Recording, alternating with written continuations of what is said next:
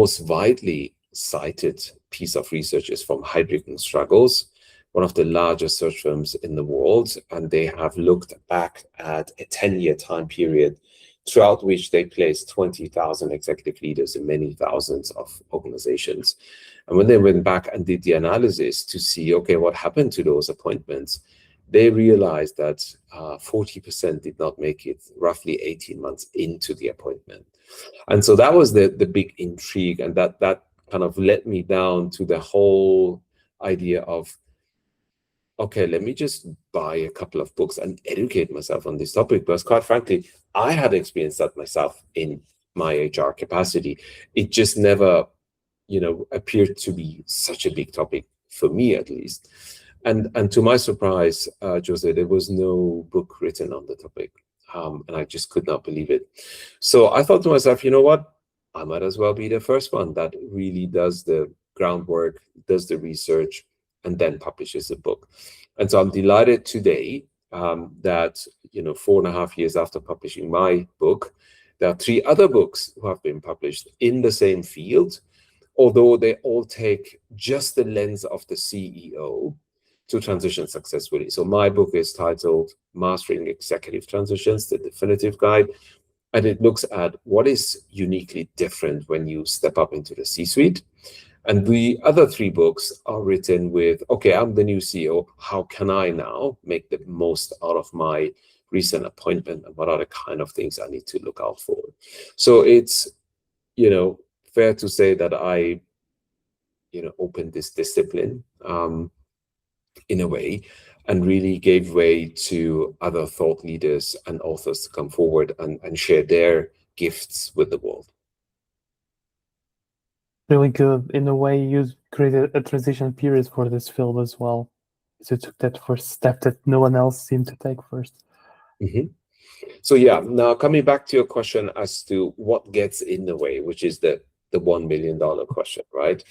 And funnily enough, I came to appreciate that this is a lot more expensive than the $1 million challenge. Some statistics.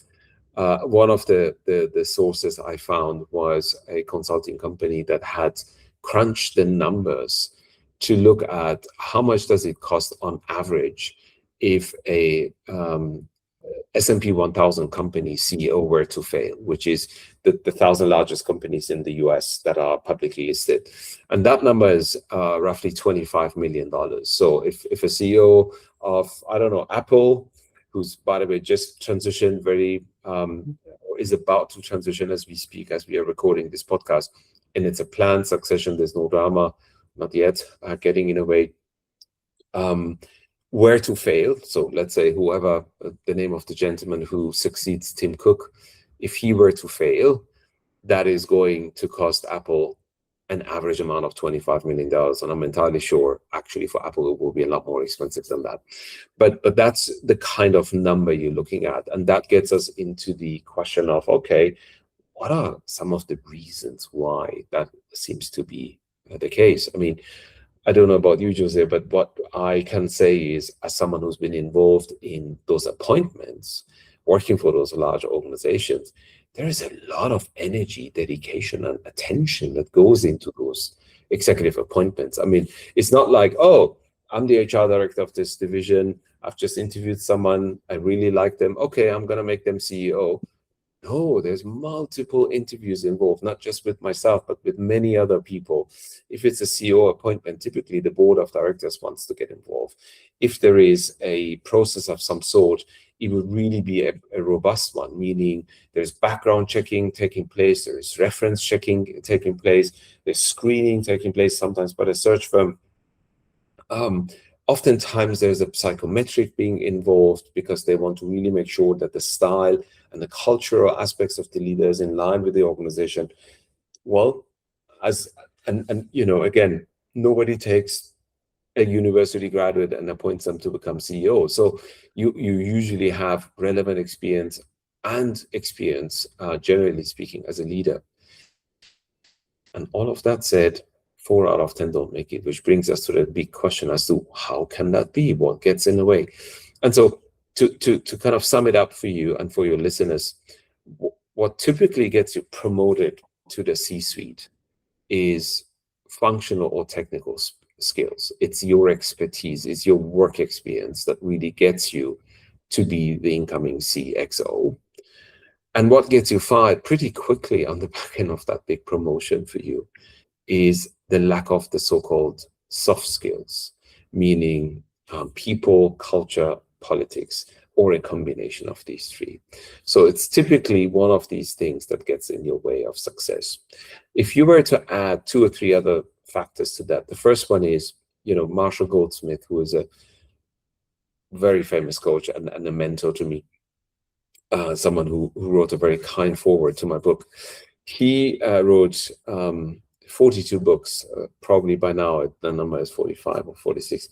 But he had written 42 books at the time my book published.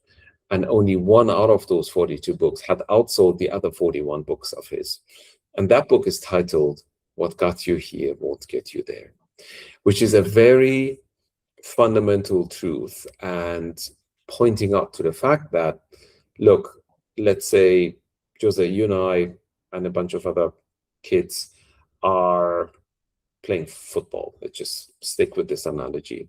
And we're pretty darn good. And we are playing in the amateur league. Let's say we are in Portugal, we're in Lisbon, and we are the best amateur team that is there.